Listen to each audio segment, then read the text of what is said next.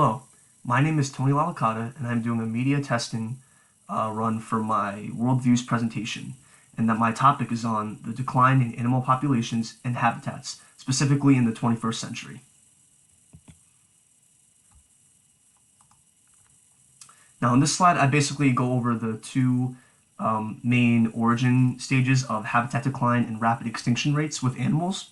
The first being the start of the Industrial Revolution in the 1800s, which was from the worldwide increase in human population, the population boom, as well as the industrial expansion, and with the ability to more efficiently gather resources, land, and build structures.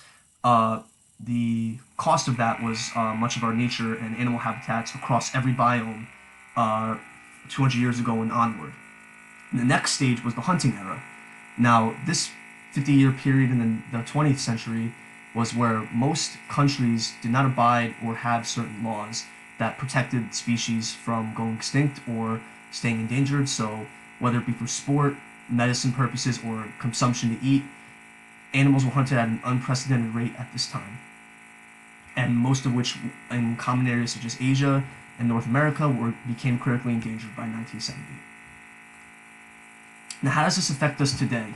Well, the reality is that our environmental and ecological damage that we've caused as humans, it's practically irreversible within our lifetimes.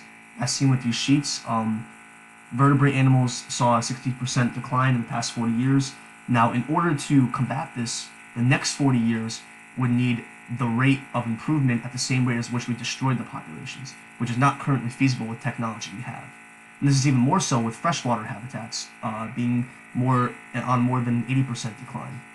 Because of this, with all of the glacial ice caps melting and mining underwater caves, etc., we are unable to reestablish a hospitable atmosphere for animals of these biomes within an efficient amount of time.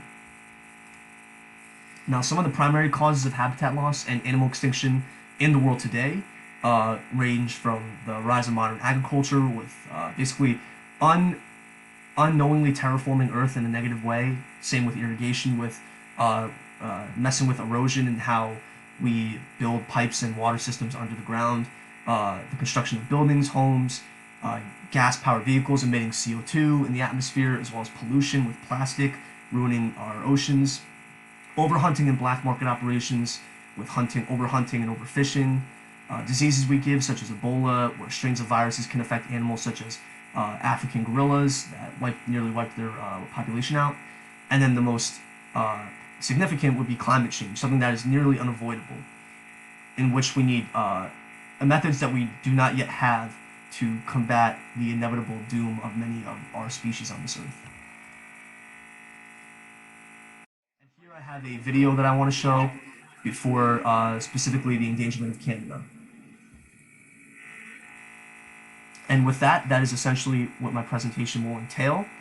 And then I will continue and finish this for the final worldviews presentation. Thank you.